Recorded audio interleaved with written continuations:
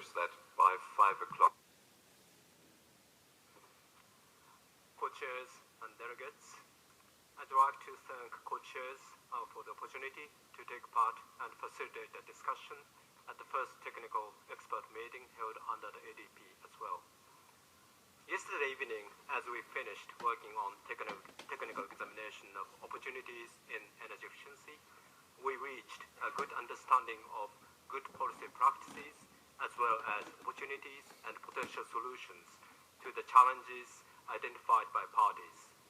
We also discussed the way forward and the focus on future technical work and the process under the UNFCCC towards implementation of stronger action aimed at achieving high emission reductions in the pre-2020 and post-2020 periods. Let me provide a short summary of the key points raised by parties at the meeting. Many parties spoke about the need to have a strong political will and raise a profile of energy efficiency among national policy priorities in order to fully utilize energy efficiency potential. Successful implementation of energy efficiency measures requires close coordination among relevant ministries and collaboration between central and local governments, as well as between private and public sectors. It was also stressed that the government should take a leading role in promoting energy efficiency at all levels. Parties spoke about the importance of a comprehensive national energy efficiency strategy or action plan, backed by legislation and being supported by sector-specific strategies. Party identified many feasible options and technologies, as well as challenges and barriers to implementation of energy efficiency improvements. While many of these challenges need to be addressed ultimately by domestic actions, international collaboration will also play a very much important role with regard to financial, technological, and capacity building support. Among the key policy options, practices, and technologies, Party mentioned the following. The energy pricing is one of the key drivers encouraging energy efficiency actions by end users. Effective regulations, such as mandatory energy efficiency standards for building, appliances, and vehicles, and their robust implementation can ensure success in promoting energy efficiency. While energy efficiency investment are usually economically feasible by nature, fiscal and financial incentives would be necessary for broader uptake and upscaling of energy efficiency measures. Information and awareness raising policies such as energy efficiency labeling are effective tools for incentivizing end users to buy efficient appliances and houses.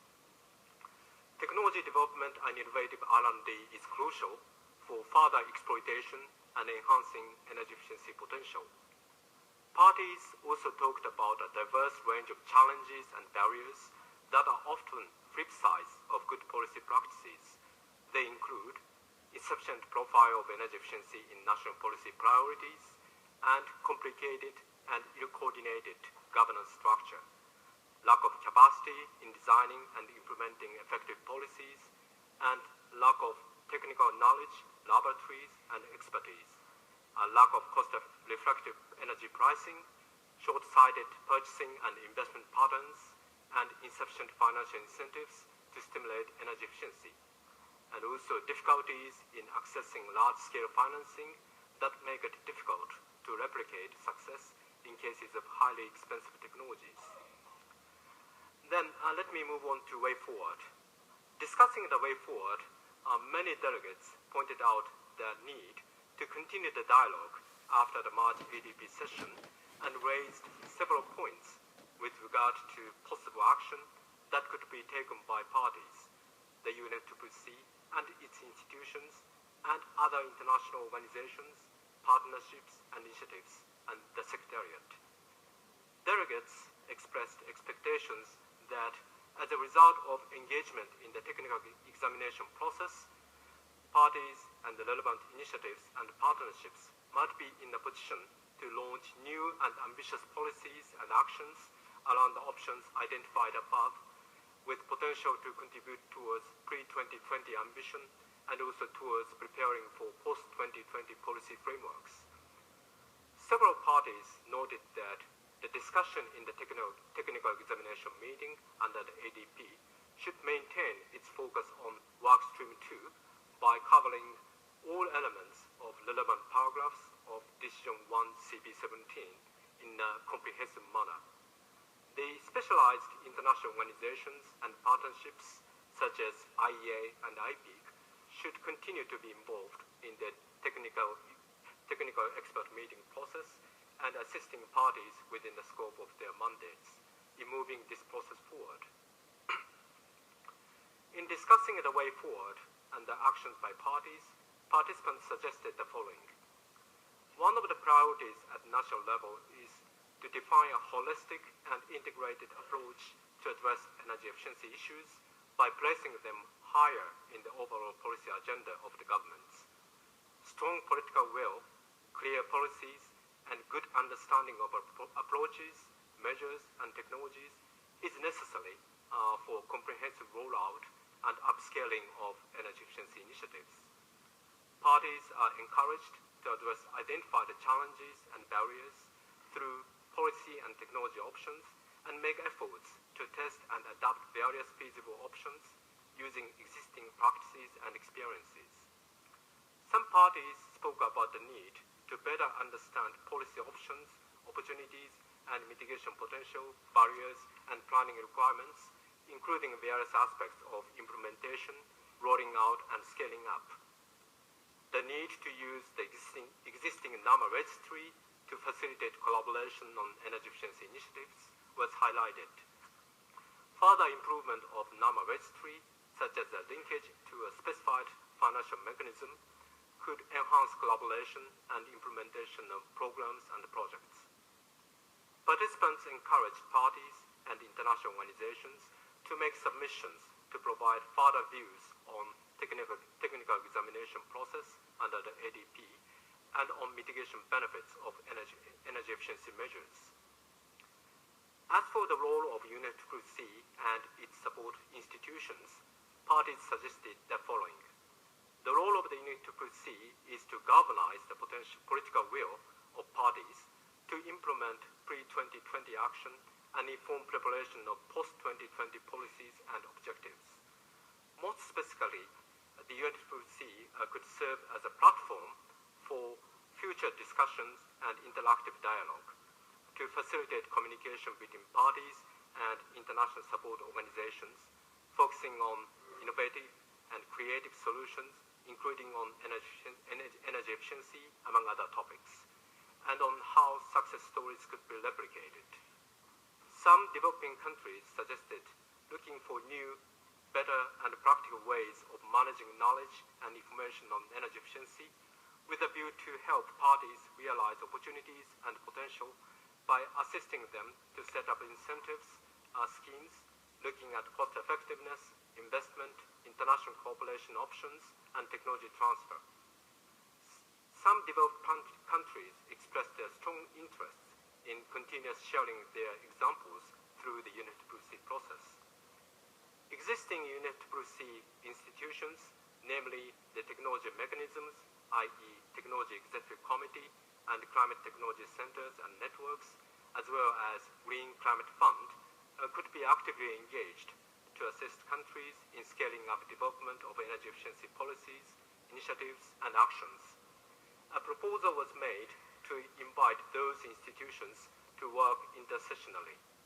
A pipeline of projects linked to GCF and CDCN could provide a right signal and guidance to potential investors. It was suggested that tech could consider more in-depth policy barriers that parties are facing.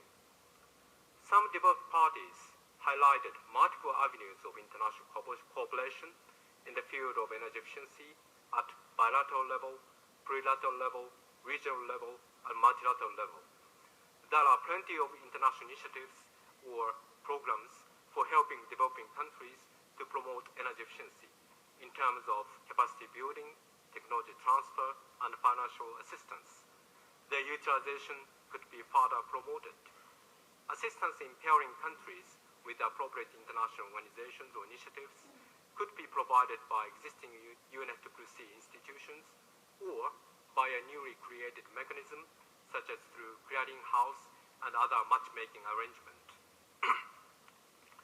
With regard to the secretariat, role of the secretariat, parties propose the following activities.